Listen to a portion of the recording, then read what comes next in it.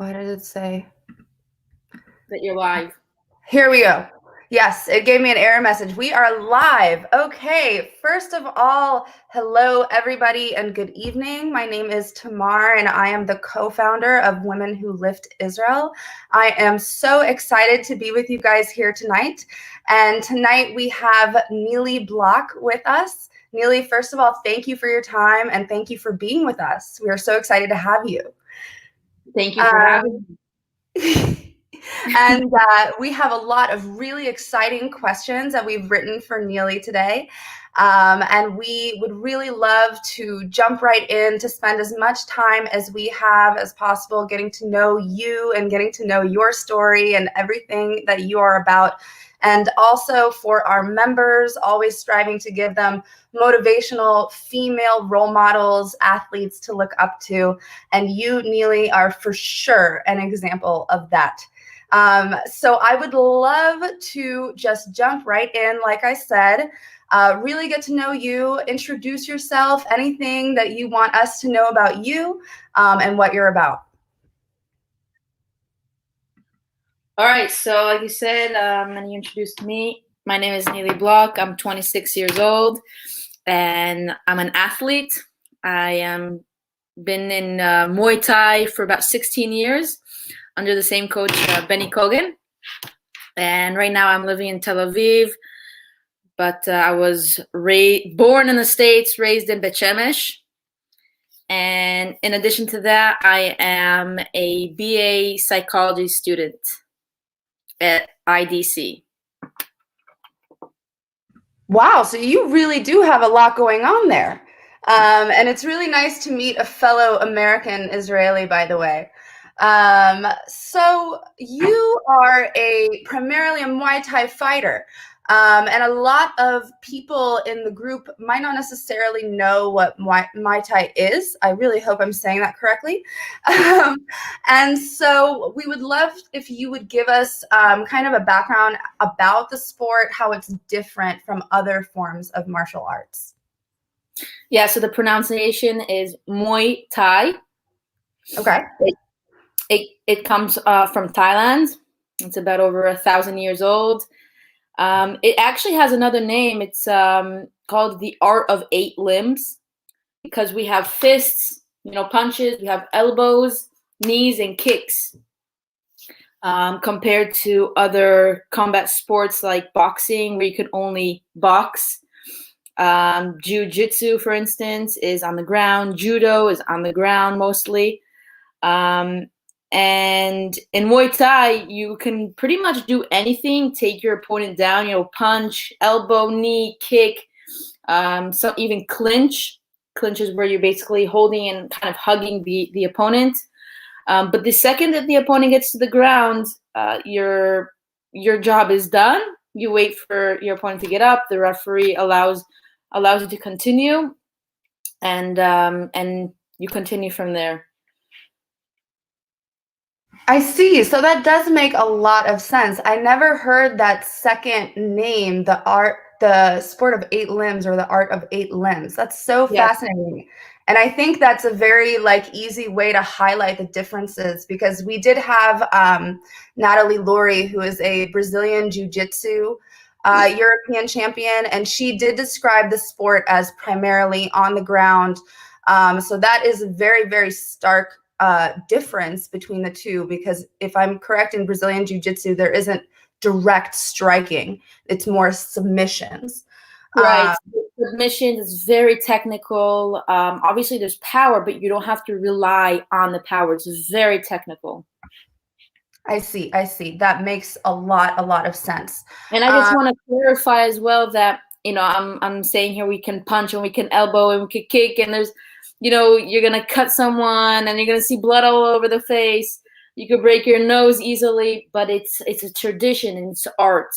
And there's a lot of respect in this sport because, even before the fight starts, there's it's called Muay Boran, where you kind of do some sort of dance to show respect to your coach and to your team that you come from, where you trained, to your opponent and to the referee.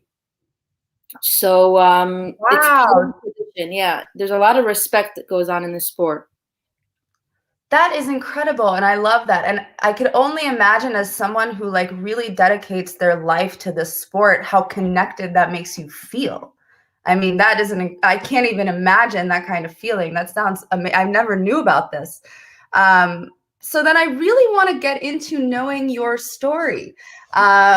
You know, you're not just some random American who ended up in Israel. You have a really, really interesting story, and I really want our members to get to hear it. You were introduced, if I am correct, to kickboxing very early in life. How were you introduced to that? And I guess also, like, what was young Nili like when you first got into the sport? So let's start with young Nili. Yeah, young Nili looked just like this with braces. I took my injury time to do my medical teeth as well. So young Nili, I would say she thought herself as and perceived herself as invincible. You know, no matter what field, court, or ring I was in, I couldn't beat her. Unbreakable. And if I didn't come home with a scratched face or a bruised leg, you know, as far as I was concerned, I didn't achieve much in that night, in that training session. And as I grew up, you know, I got smarter, more experienced, educated. In other words, I became vulnerable to injuries and to defeat as well. So how did I get introduced?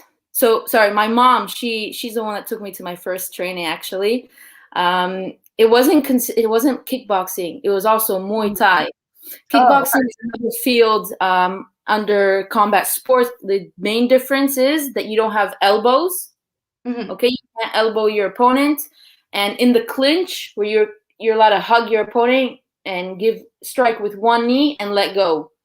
And in Muay Thai, you can hold on as long as you want and just pound knee after knee after knee. Wow. So the rules are a bit different, and also how they give you the win. So my mom took me to my first training session in Jerusalem. You know, we were living in 𝗡𝗶𝗹𝗶, and we would take a bus to Jerusalem. I was about 10 years old. And she actually started it for herself to, she wanted for self-defense, right? She was in Magav, in the police border, I think it's called in English. Yes. She was a volunteer in the police border. And so she was taking Muay Thai for self-defense. And, you know, I'm like a tomboy and into like all the sports and everything. So, you know, she took me. Also, she didn't have a babysitter, you know, according to what she says.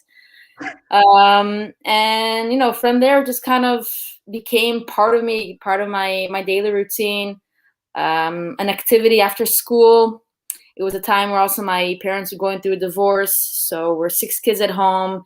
An outlet for me, definitely an outlet. Absolutely. Wow. So I'm almost speechless, because first of all, you say this whole story with such a smile, and it's just like, it's so contagious. That's like the first thing that I notice, is that like the genuine joy that you have when you talk about the sport and the role it's had in your life is just incredible and really, really inspiring. And not only have you been doing this for a long time now, since you were introduced so early, but you've also acquired, you know, only a few international titles, just a handful. And by a handful, I mean a lot. I mean, you, first of all, are known as the Girl on Fire. I mean, what a nickname. That is a powerful name. And not only that, you are a 4-time IFMA European Champion, 4-time IFMA World Champion. You are a WAKO World Champion, and you are the bronze medalist for the 2017 World Games for Muay Thai. I mean, wow. that is a lot of accomplishments. So first of all, as someone who's meeting you for the first time, congratulations, because that is incredible. I have read quite a few of your interviews, and you have quite a lot out there on the internet about you. And the one thing that I kept reading from all your different interviews is your love and loyalty for your country, for representing Israel, and for also representing, you know, being a Jew and being a Jewish athlete. So what did it mean for you to have the opportunity to represent the country of Israel as a professional female athlete? Wow, you said all the titles very, very nicely. Chapeau. So to be honest, I find the representing Israel, this is like the real work in you know, in Milchot. The real work part of my career. And I see it by all means that it's some sort of like an ambassador, right? I think athletes are the best ambassadors of their countries because they show you the real, true side of that country. And that's what I try to do. You know, I try to represent my country in the best way I can, very proudly. You know, my parents came to Israel out of love and you know, Zionist. So that's what I try to really live up to. And I don't try to hide where I'm coming from and what I represent, who I represent. I wear my Magen David and my Degel Israel very, very proudly. Every competition I walk around, I walk with my shirt open for everyone to see. If I get questions or you know, eyes are looking, people are looking, so I have no problem about that. And I gotta say though that the wording of the question, is a little bit insulting because it's phrased in the past tense. It says, what did it mean to represent? I'm an active athlete. You're absolutely right. You're absolutely right. So let me rephrase then. What does it mean to continue to represent your country as a professional athlete? You're right. So it sounds like it's something that's just always ongoing. It's this job that's just, you always strive to continue doing that work to represent your country as a female athlete. Correct, exactly. It's an ongoing work all the time, and everywhere you go, people are looking at you, especially because I'm from Israel.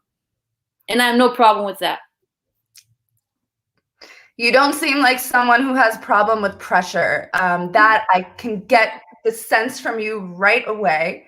But I have to ask a very, very interesting question because I personally want to know, is this nickname, Girl on Fire? I mean, it just, like, whenever I think about it, I was thinking about this the other day as I was like thinking about the questions, and I'm like, this girl is on fire.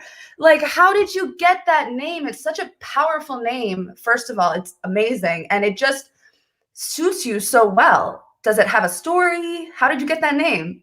So it does have a story. Yay! Okay, it goes a few years back. A little traumatic, I would actually say. So if you scroll my Instagram page, in one of the videos, you'll see me in a fight. It's kind of slow motion, and in the background you hear a female singing, "This girl is on fire," and that woman is my coach's ex. And she was really involved in our life, in his life, up to the point where she started working in the federation and the International Federation. And she was able to come up with silly reasons to basically kick him out of the federation. And he wasn't in my corner for a few years and a few good fights. Yeah. But ever since then, that name really kind of caught on. And before the name, it was just like, that was my walkout song, you know? It is my walkout song. And from my walkout song, I kind of took that into becoming my ring nickname. I actually like, I mean, it is a traumatic story, but I kind of like That's a little glimpse. That's nothing compared to what really was. Yeah, go on. No, I just, it regardless, it's like you took something that I think for some people, they would really like hold it on their shoulder. It's like such a heaviness on them. And instead you took that and you made it your nickname. You made it part of you now, and no one can take that away from you ever. And I think that's the best part. I think you really reclaimed it. Good way to look at it. Yeah, I like it. So then you started talking about your coach, and I did read a lot about him and that you've been with him for quite a long time, like you said. So we really want to know about the support system that is around you, all these people that help you be the best Nili that you can be. Who are they, and what do they do? So I would say I have two support systems. One is the financial system, and the other one is the coaching and medical system. In the financial system, there's the Ayelet Federation. I'm sure you heard of, maybe? Yes, absolutely. It's a federation for non-Olympic sports, right? Our sport is non-Olympic, so it's kind of under an umbrella with many other sports that are non-Olympic. We get funded from the government through them. So, and I also have a big sponsor named 𝗡𝗶𝗹𝗶. It's an application for money transfer. They don't really work in Israel, mostly like in Asia. So, a shout out to them. And then we have the coaching and medical system, right? So that's Benny Kogan, and it's Chanoch Rachamin, Gabriel Kitobar, Matan Hoffman, Ido Barak, physiotherapists, everything is included in there. But Benny's at the top because he's like kind of also like, a manager, but our relationship is very close. I share with him a lot, not only within the sport, my personal life, and vice versa. I used to sleep at his house just to be closer to, the training facility. And not only me, many other of his fighters. He's a real father figure, a friend, a companion, a brother, like all those characters, it's him. So that's how I see him. And me and him, we kind of just going forward together. That's awesome. And it's first of all, he sounds like an amazing person. Just haven't met him before, but from what I can tell. And his daughter is celebrating her 11th birthday today, so shout out to her. Happy birthday, Happy Leah. birthday. Hey, that's awesome. That is amazing. So your relationship with your coach has really been a very integral part of your athletic career, it sounds. Very integral, up and down as well. There was a period of time where I left him at the beginning. Back in 2013, I left him for a year and a half to a different coach, and I came back. So, yeah. There's always ups and downs, Absolutely. And I think that's the biggest part in a lot of different stories. I mean, in professional athlete stories, and then also just like, not a professional athlete, just someone who works out very frequently, is that success is never linear. And getting to an end goal is, I mean, listen, maybe there are people out there who get there very linearly, but majority of people do not. And that there are very significant amounts of ups and downs, but that's also what makes it exciting. And that's what makes it unique. And that's what also makes you see the value in the end once you reach your goal, I feel like.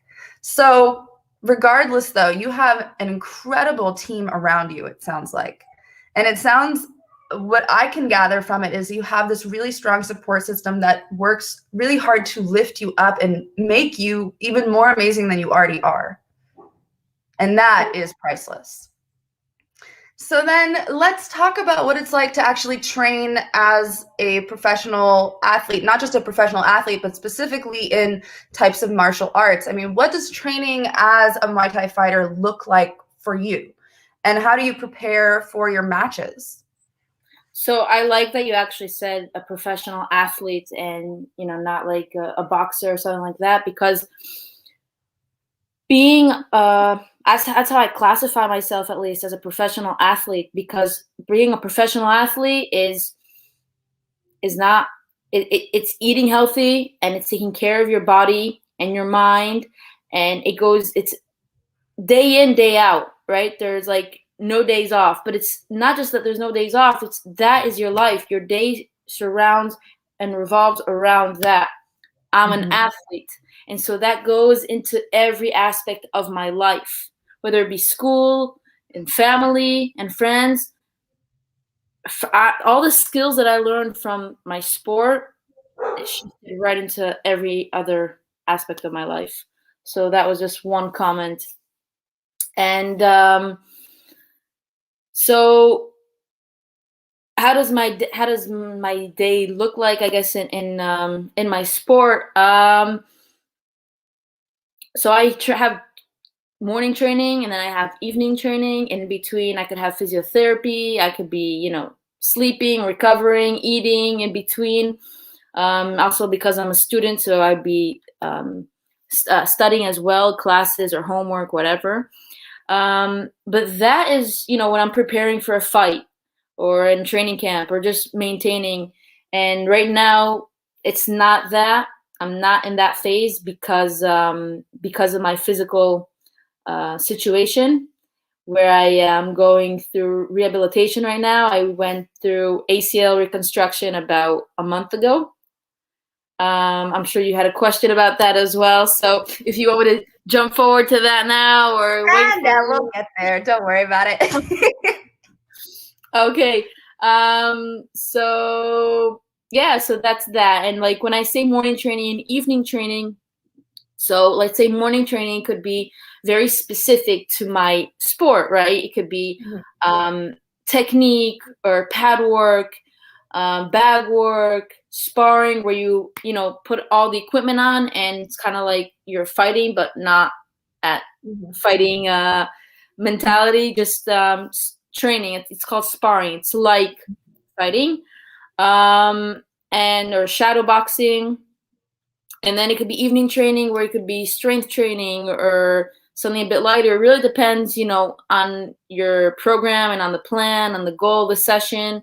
So, that's up to the coaches, and I just come and I do what they tell me to do. So then, are there some things though, like little things that people might not know about what that life is like? Like, I don't know, little things throughout the day that you just feel like, oh, I bet most people have no idea that this is part of my routine.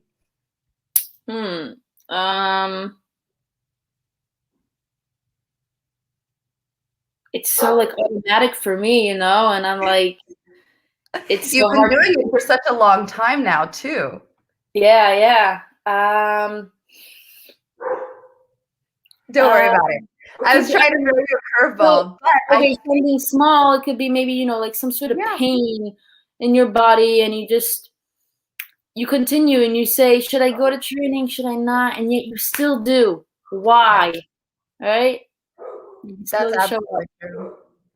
So then let's talk about that moment when you get into the ring. This is something I really want to know, just because, I mean, I've never stepped inside a ring, but I can only imagine, based on what I've seen, I mean, there's noise, there's crowds, the amount of adrenaline that's in your blood is, I can only imagine, through the roof.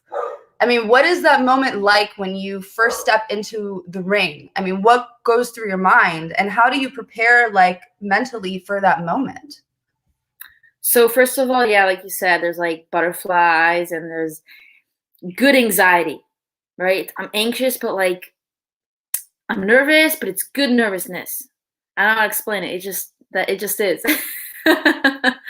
And again, like you said, also there's the crowd that's yelling, and there's the other side, the opponent, and then there's the referees you have to listen to, but you also have to listen to your corner, and so many things and stimuli that are going on here. That is the skill of shutting everything out and just focusing on your opponent and your coach's voice. you call it mindful, call it focus, call it being in the zone. That's what's being in the zone, is when you're able to shut out everything and have that very specific focus. I love that. And I mean, I'm trying to even imagine it in my head right now. And I mean, just the thought of being able to shut that out, that is an amazing accomplishment in and of itself. And then also to be able to knock out your opponent. I mean, I just don't know how you do it. Well, That's incredible. I wanna connect that to what I was saying before, is that something Mhm. like that from the sport where I learn to shut everything out. It could be good or bad, in my personal life. I learned to shut things out Mhm. to continue and to succeed and to focus on something very specific. So that's just one example that kind of shifts into my personal life. Absolutely. Absolutely. And especially if you've been doing it not only for a long time, but from such a young age. At this point, it's something that's probably just second nature to you. It's part of you, probably. It's neurologically, it's very strong connectivity in my brain. That's what you study in psychology, I guess. Right. That's awesome. So then I do want to move on to the topic of your injury, which you mentioned very briefly. And I do want to get to talk about it, especially because at this point we have had the privilege of interviewing over 30 different female athletes of all sorts of different sports. And something that we hear time and time and time again when we would ask them for their most memorable moment. And honestly, when I started these live interviews, I thought I would get their biggest moment of success when they were up there and they won the gold medal. But what I ended up finding is that most athletes would always say that they learn the most from moments of struggle, moments that have caused them to have to rethink and refocus in life. And I think this is then a perfect segue for talking about your injury. You've been sharing a lot of it on social media with your followers. You've been very open about what you're going through. So can you tell us about your injury, what's going on, and how you're focusing on recovery? Yeah, so my mindset right now is this.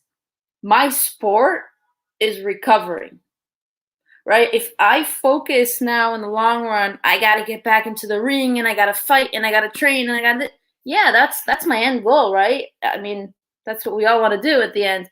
But right now I got to focus on my rehabilitation. And like you said, this is not linear.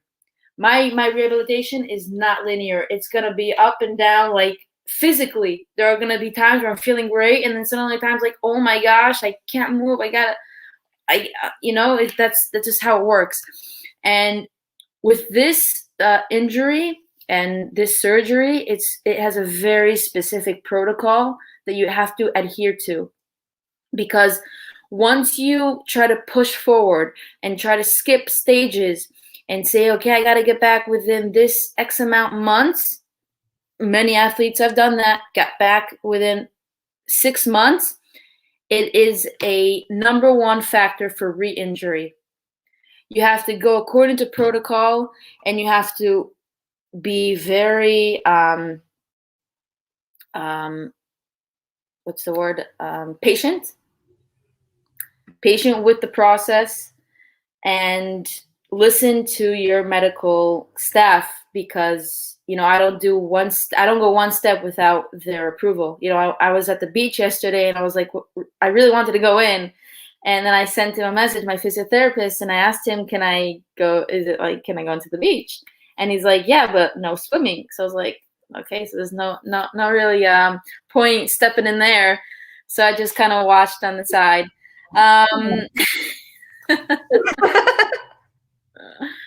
So then, if I may ask, how did you get injured? Was it during a match or just unrelated? During training, it was kind of like 3 traumas on the period of a few months. Kind of started from July, and another one in November, and the end of December. That was like the end of it. It was like one. I was like one leg in the air and someone was trying to take me down when training, and it tore my ACL completely. And you asked me also, like, how do I stay positive? And in general, like, I'm a very positive person. But if you would have seen me like a month and a half ago, woof, I was in a whole different state. I was in some sort of mild depression, I would even say. And as I got out of that depression state and that depression mood, I moved to acceptance. This is when I realized something. This was the stages of grief, right? What are the 5 stages of grief? We have denial, we have anger, we have blame, depression or low energy, and then acceptance. And when I realized that, I was like, my mind just like blew, I was in a moment of like, whoa, because I can pinpoint every point and every stage along the way where it was, and it occurred. And I believe that every stage is very crucial and important, especially the depression stage, because that is the stage where you acknowledge and understand that you are in trouble, that you are suffering. And that's the stage right before accepting, and where you're able to move on, accept your situation, and okay, let's get it done with. Let's do the surgery. I'm ready for recovery. I'm ready to get this moving. So so people always say fast recovery, 𝗡𝗶𝗹𝗶 𝗕𝗹𝟏, fast recovery. I'm like, no, it's not fast. There's a protocol, and I'm going according to protocol. And they also kind of say, oh, it probably must be very tough, and trying to be empathic. But like, I passed that stage of like feeling sorry for myself, and I'm into acceptance. So that's where I am. Absolutely. And I love, first of all, the way that you phrased it about grief, because as many people know, I'm also in a long-term injury recovery, and I had this exact same epiphany where I think I was still in the depression stage, and I'm just like, why am I like this? Why can't I just get over it? Like, why am I stuck like this?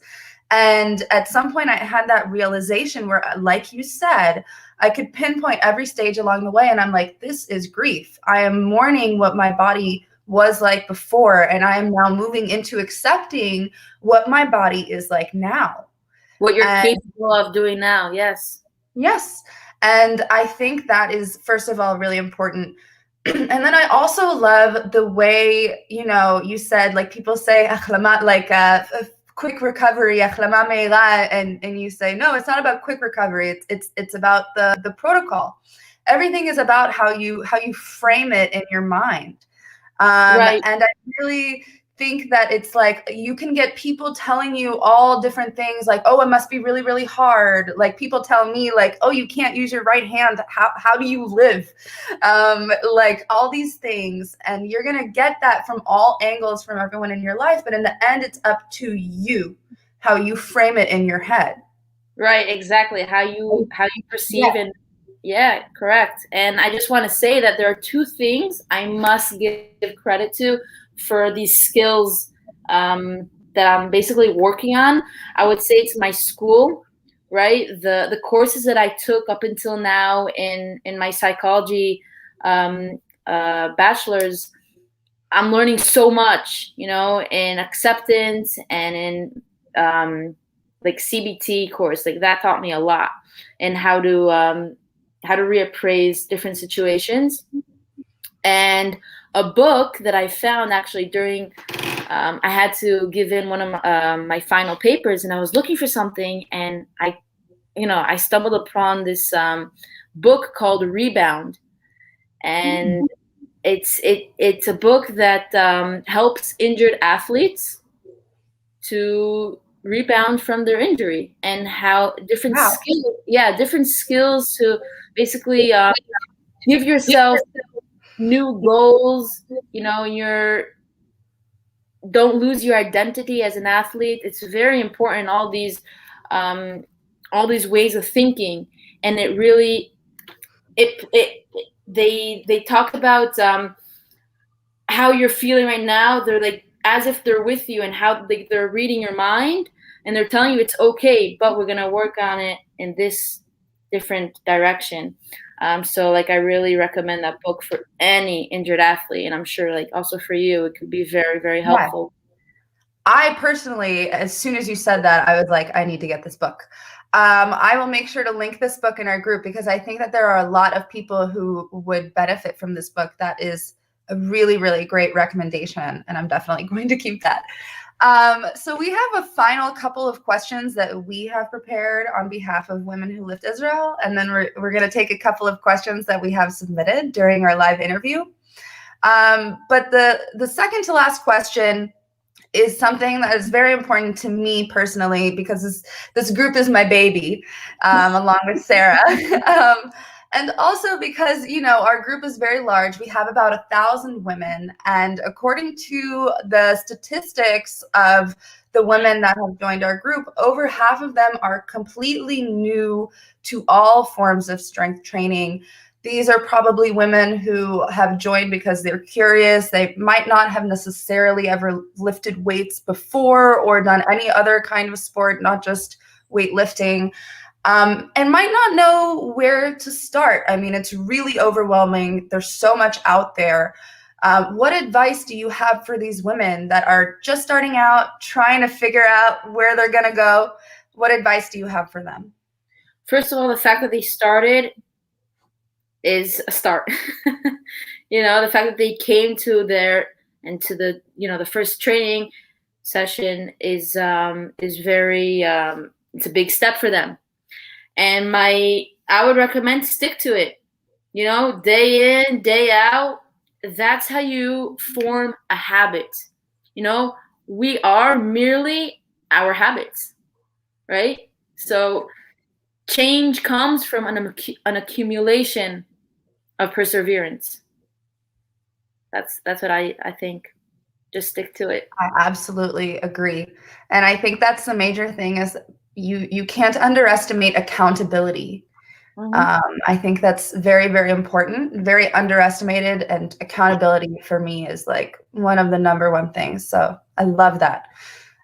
So then, to sum up the questions that we have for you, I mean, you have had a really interesting story. Not just how you got into the sport, but now what you're doing with your injury recovery and how you're so focused on that. I would love to get from you a few last words of inspiration to kind of like sign our interview off. What is your motto in life?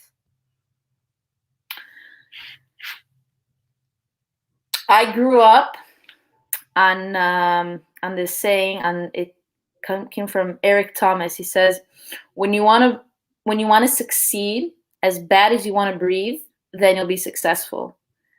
You know, I grew up watching all these motivational speeches and videos, and, you know, but I don't need that now. I don't need to sit down and watch all these motivational videos, because I have it within me.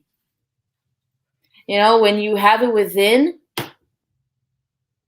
nothing external can stop you. You know, you'll have the hurdles in your way, and you can decide to jump, pick up, crawl, or walk around it. But it's up to you. If you have it within you, nothing external can stop you. Absolutely. I think that is probably one of the best mottos we've had so far. And to be honest, throughout this entire interview, it's like the way you like answer these questions with such like, I can feel that in you, really, just very naturally. So I would love to feature some questions that we had submitted and get you to give our members some answers. One person would love to know if you are observant. And if so, have you ever had issues with fighting on Shabbat? So I would say, up until about 1.5 years ago, I was very like, I would bring cans of tuna with me, and I would eat like only rice and bread, like wherever I was, and some vegetables and fruit. Up until today, like also if it's a non-kosher place, I'll have like fish, a kosher fish, but not non-kosher meat. Right. And as far as like Shabbat, also I would have someone come and lift me up on the weight if I had to check weight, a non-Jew. Right. And as time goes on, you have to ask yourself questions and like, who are you kidding, right? And I just felt like I was living a life of like trying to just kid myself. I don't know. It just questions that rose up, and I had to come clean with myself. So right now, that's how I'm living, like a very traditional, מאוד מסורתי. I really believe in Judaism, and I'm very connected to it, though. You can definitely tell. And I always tell people you should do what feels right for your authentic self. Because at the end of the day, you are really the only person you truly have. So you need to live with that. And I love that answer. I think that's the perfect answer. Let's see. Someone would love to know, you talked a little bit about when we talked about what it's like to train and to get ready for matches and things like that. You talked a little bit about it's also about nutrition and eating well. What does your nutrition look like? So a small background. Before Corona started here in Israel, I was in the States and I was there for like training camp. And then the Corona hit, so I had to cut my trip short. I came home and then had to be in quarantine for 2 weeks, which I wasn't really. And then, yeah, so for a few months, training decreased and you're at home, and then Pesach came and whatever. So, you're eating. So I gained weight. And then once I was able to get back into training, I just felt stuck. I was like doing, up until now what I was used to, but I guess I was in calorie deficit all the time that it just wasn't working. So I was following this guy. His name is Mike Dolce. Tell me if you could see. Yes, I can see. The Dolce, what does that say? The Dolce diet.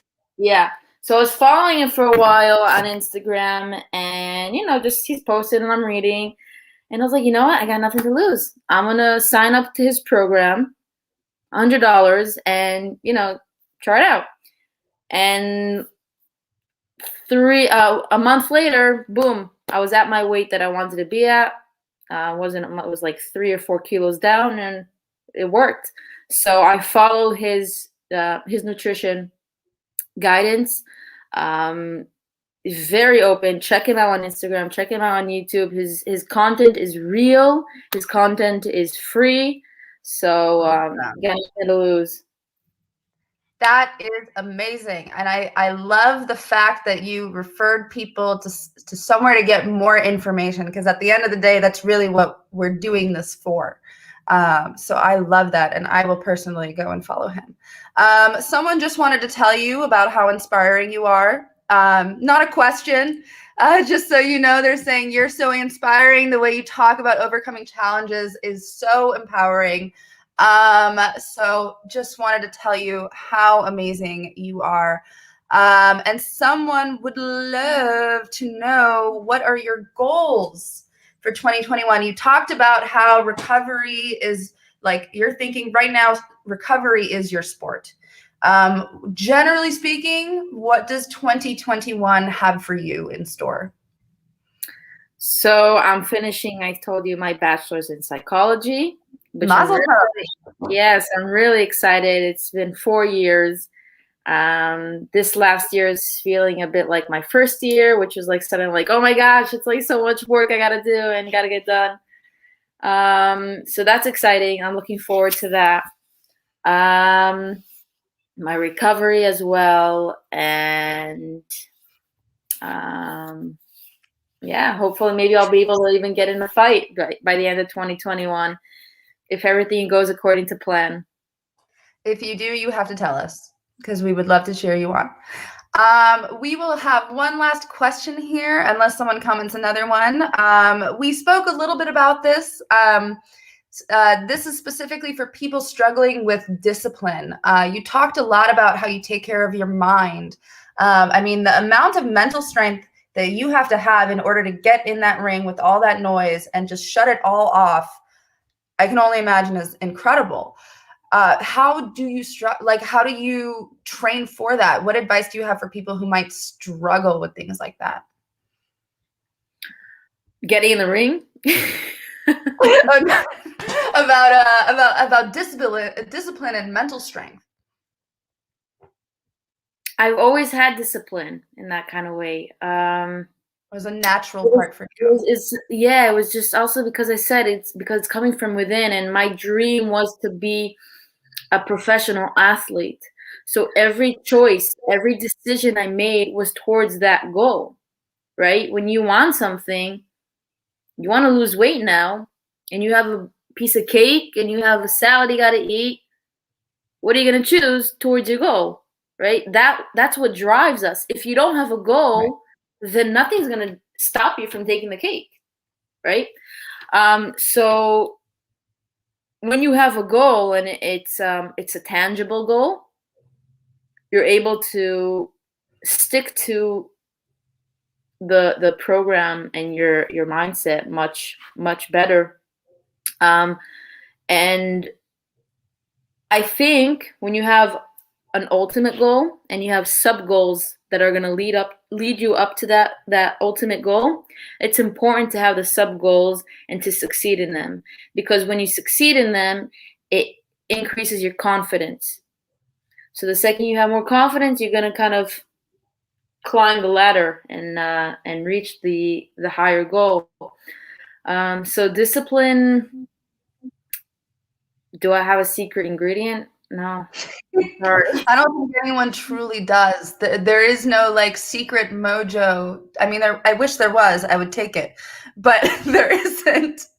And I think that what you said is very important, though, because it's like we've said a few times now, success is not linear. And I think a lot of people get so excited about getting started, and like we talked about, they don't realize that this journey has ups and downs. And a lot of people get into a down and get stuck there. And when you have those sub goals planned out, and like you said, it builds confidence, that's what you need in order to get that discipline to move past the downs and to success, essentially. So yeah, right on. Last question. Someone wants to know if mobility work or yoga is part of your routine. Yoga specifically, no. I don't know if you heard about 𝗡𝗶𝗹𝗶. Oh, absolutely. 𝗡𝗶𝗶𝗕, for anyone who doesn't know, he is like a movement expert, correct? Yeah, he takes like from every discipline something. Yes. Everything. And I started with him, not him like personally, you know, his what's it called? He has a program? Yeah.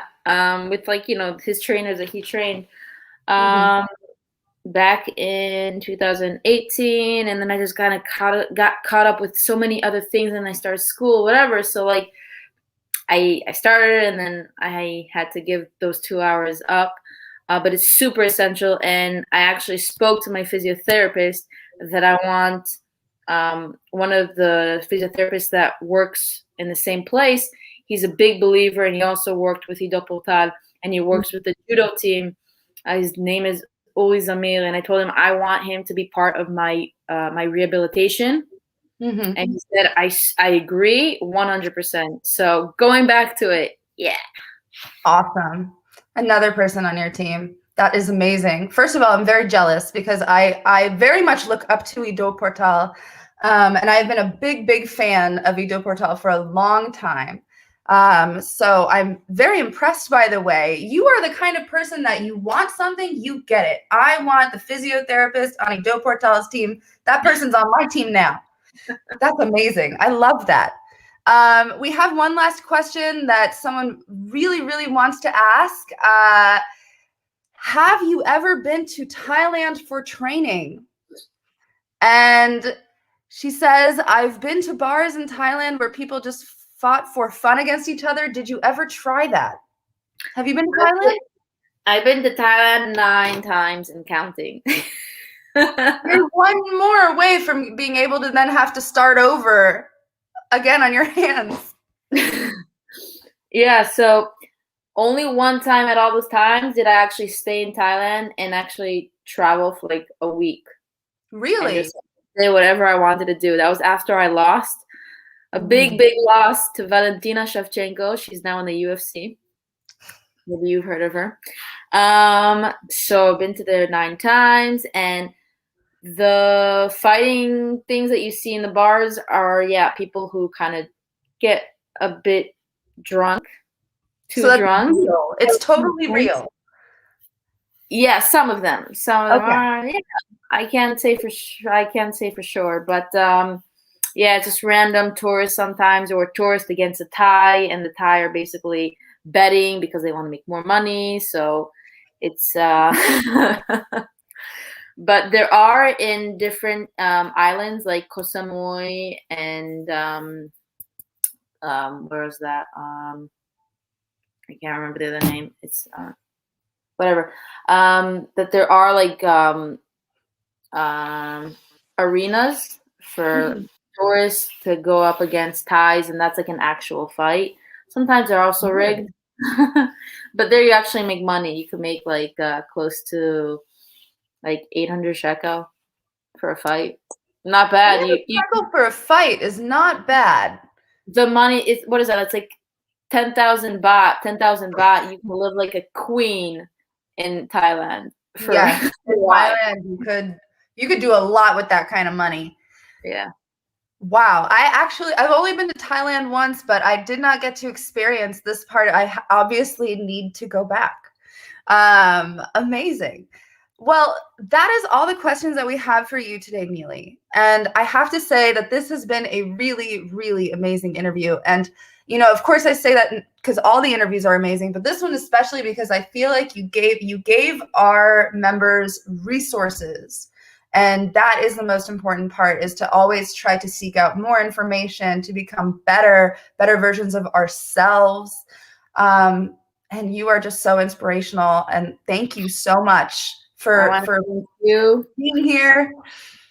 I want to thank you. I want to thank the fans. And I believe what makes you a great reporter, interviewer, whatever, is what are the questions that only you can ask, and you hit the jackpot. Oh, thank you. Really, I appreciate that. We wanted to get to know you as much as possible. I mean, we only have an hour of your time, so we wanted to know everything about you, and I feel like we got the best story. So thank you so much. And to everyone who is watching with us, thank you for tuning in. You can follow Nili on Instagram. You can follow Nili on Facebook. Both of those links are in the text above this video. And Nili, thank you so much for being with us and for sharing your story with us. Thank you. Have a great evening, everyone.